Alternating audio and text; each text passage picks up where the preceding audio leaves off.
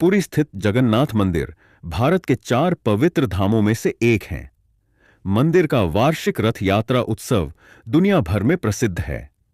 यह रथ यात्रा आषाढ़ माह के शुक्ल पक्ष की द्वितीय तिथि से प्रारंभ होती है। उड़ीसा के पुरी स्थित जगन्नाथ मंदिर अपनी भव्यता व धार्मिक महत्व के लिए जाना जाता है।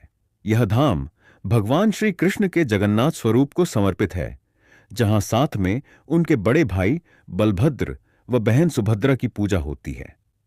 जगन्नाथ रथ यात्रा में शामिल होने के लिए देश ही नहीं बल्कि विदेशों से भी श्रद्धालु आते हैं। इस दिन भगवान जगन्नाथ, उनके बड़े भाई व बहन 3 भव्य रथों पर सवार होकर मौसी के घर गुंडीचा मंदिर की ओर प्रस्थान करते हैं। जाने जगन्नाथ रथ यात्रा से जुड़ी 10 खास बातें। कैसे हुई रथ यात्रा की शुरुआत? भगवान जगन्नाथ की रथ यात्रा के पीछे एक पौराणिक कहानी है। भगवान जगन्नाथ को भगवान श्री कृष्ण का स्वरूप माना गया है। जब भगवान श्री कृष्ण का देहांत हुआ तो उनकी अस्थियां समुद्र में विसर्जित कर दी गई। उसी समय उड़ीसा के राजा को सपना आया कि समुद्र में एक पवित्र लकड़ी बहकर आएगी, जिसे भगवान के रूप में स्थापित करना है। तब राजा इंद्रधुमन ने लकड़ी से भगवान जगन्नाथ, बालभद्र व सुभद्रा की मूर्ति बनवाई। कहा जाता है कि भगवान की मूर्ति बनाने के लिए खुद देवशिल्पी विश्वकर्मा आए। विश्वकर्मा ने राजा के सामने शर्त रखी कि बंद कमरे में मूर्तियां बनाएंगे। मूर्ति बनने तक कमरे के अंदर कोई नहीं आएगा। राजा ने इस शर्त को मान लिया। एक दिन राजा को कमरे के अंदर से कोई आवाज नहीं आई तो वो अंदर चले आए। तब से भगवान की मूर्तियां अधूरी हैं। राजा ने अधूरी मूर्तियों को ही मंदिर में स्थापित कर दिया। कहा जाता है कि उस समय भविष्यवाणी हुई कि भगवान जगन्नाथ साल में एक बार अपनी जन्मभूमि मथुरा जरूर जाएंगे। तब राजा इंद्रधुमन ने आषाढ़ शुक्ल द्वितीया के दिन भगवान के उनकी जन्मभूमि जाने की व्यवस्था की। तब से रथ यात्रा की परंपरा चली आ रही है। रथ यात्रा के लिए भगवान जगन्नाथ, बलभद्र व देवी सुभद्रा के लिए 3 अलग अलग रथ बनाए जाते हैं। रथ यात्रा में सबसे आगे बलराम जी का रथ, बीच में देवी सुभद्रा, सबसे पीछे भगवान जगन्नाथ का रथ होता है। इन्हें उनके रंग व ऊंचाई से पहचाना जाता है। बलराम जी के रथ को तालध्वज कहा जाता है। इसका रंग लाल व हरा होता है। देवी सुभद्रा के रथ को दर्पदलन या पद रथ कहा जाता है। इसका रंग काला या नीला और लाल होता है।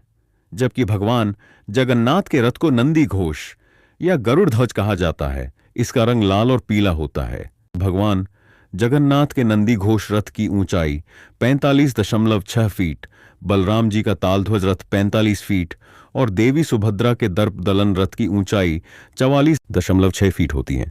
भगवान के रथों का निर्माण नियम की पवित्र परिपक्व लकड़ियों से होता है, जिसे दारू कहा जाता है। रथों के निर्माण के लिए नियम के स्वस्थ व शुभ पेड़ की पहचान की जाती है, जिसके लिए मंदिर की ओर से खास समिति का गठन किया जाता है। इन तीनों रथों में निर्माण के लिए किसी भी प्रकार के कील या कांटे का प्रयोग नहीं किया जाता है। रथों के निर्माण के लिए लकड़ी का चयन बसंत पंचमी से प्रारंभ होता है और उनका निर्माण अक्षय तृतीया से शुरू होता है। जब रथ यात्रा के लिए तीनों रथों का निर्माण संपन्न हो जाता है, तब छर फहनरा नामक अनुष्ठान किया जाता है। इसके लिए पुरी के गजपति राजा पालकी में आते हैं और तीनों रथों का विधि विधान से पूजन करते हैं। सोने की झाड़ू से रथ मंडप और रास्ते को साफ करते हैं।